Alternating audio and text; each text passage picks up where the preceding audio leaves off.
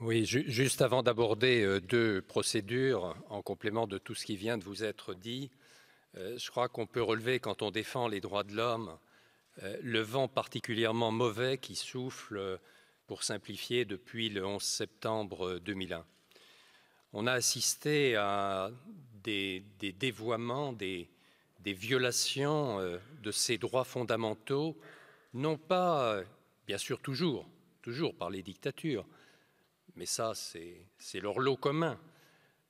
Mais on a assisté à de telles violations aussi par les démocraties elles-mêmes, qui paraissaient les plus respectueuses de ces libertés, les plus protectrices. Alors on a vu, je ne vais pas évidemment tout citer, mais on a vu tout de même Guantanamo, qui est la négation même de toutes les défenses des libertés, avec des personnes qu'on a qualifiées, qualificatif tout à fait nouveau, d'ennemis combattants, et qui n'ont eu aucun droit, sauf celui d'être torturés, de mauvais traitements pendant des années et des années. Et le camp n'est toujours pas fermé.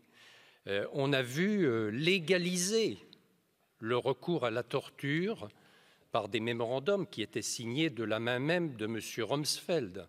Et on l'a vu malheureusement utilisé en Irak, en Afghanistan, et finalement, sans que ça suscite une émotion à la mesure de la gravité de la chose.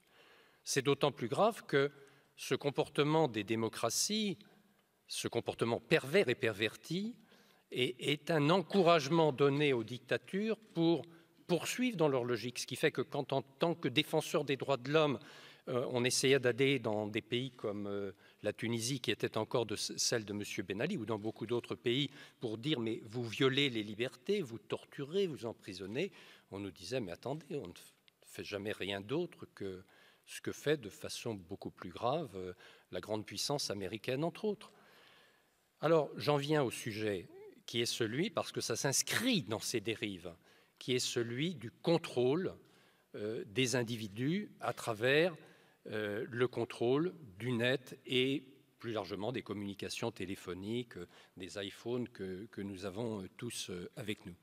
Alors, deux exemples. Je vais effectivement évoquer une affaire qui vient d'être abordée aussi rapidement que possible. Je vais aller très vite. Première affaire, c'est l'affaire dont on vous a parlé tout à l'heure. C'est une affaire qui concerne la Libye, où effectivement il y a une société qui est la société Amesis, qui est une filiale du groupe Bull et qui a fourni du matériel de surveillance extrêmement sophistiqué au régime du colonel Kadhafi. Il faut savoir que le marché a été traité avec M. Senoussi, qui est poursuivi devant la Cour pénale internationale et qui était le chef des services secrets libyens. Et c'est ce matériel qui a été fourni qui a permis d'arrêter, d'emprisonner, d'embastiller, de torturer un certain nombre d'opposants au régime de Kadhafi. Alors, il y a une procédure qui est en France, une procédure qui a donné lieu à une plainte que j'ai déposée pour la Fédération internationale des ligues des droits de l'homme et la Ligue française des droits de l'homme. Il y a une information qui est en cours avec deux juges d'instruction qui ont été désignés, juges d'instruction qui sont au pôle qu'on appelle le pôle crime de guerre, crime contre l'humanité, crime de génocide. Et cette instruction, je l'espère, va pouvoir se poursuivre. Il y a des Libyens qui ont été entendus et qui ont raconté comment ils avaient pu être poursuivis via ce système.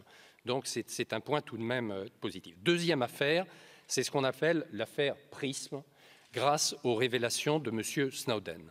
Alors il faut savoir, en chiffres, juste un instant, on avait 97 milliards de communications via Internet ou via téléphonie mobile qui ont pu être enregistrés, en quelque sorte interceptés. Bien sûr, tout n'a pas été écouté, mais tout ceci est à portée de la NSA.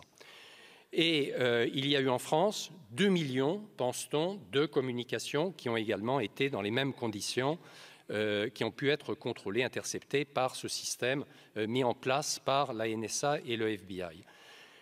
Une plainte a été déposée, que j'ai également déposée, au nom des deux mêmes organisations. En France, parce qu'aux États-Unis, on nous dit « mais ce n'est jamais qu'au nom du Patriot Act et donc en conformité avec une législation d'exception américaine qu'on pratique ce système aux États-Unis ».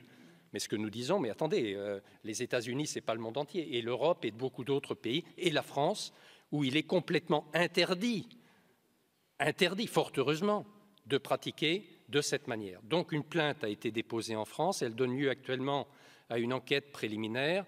On va voir quelle va être la suite de cette enquête. Nous savons que nous ne pourrons pas faire une perquisition au sein de la NSA avec la police et la justice française. En revanche, nous avons dans le collimateur les grandes sociétés d'Internet ou de téléphonie mobile, les Google, les Apple, les Microsoft, qui ont des filiales en France et vis-à-vis desquelles nous pouvons agir. Alors là aussi, et je termine, nous avons un point commun avec les journalistes, les avocats, c'est d'abord que nous sommes les cibles favorites des régimes en dérive d'antidémocratie, et que généralement on est les premiers à payer le prix, les journalistes et les avocats, tout simplement parce que je crois que nous sommes ceux qui dérangeons avec ces lanceurs d'alerte que nous devons soutenir. Ce que j'espère, et je termine vraiment, c'est que, et la salle qui est ici le montre, et c'est un réconfort pour nous, c'est qu'il y aura une prise de conscience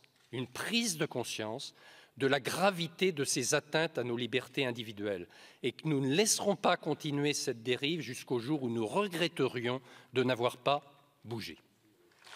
Merci.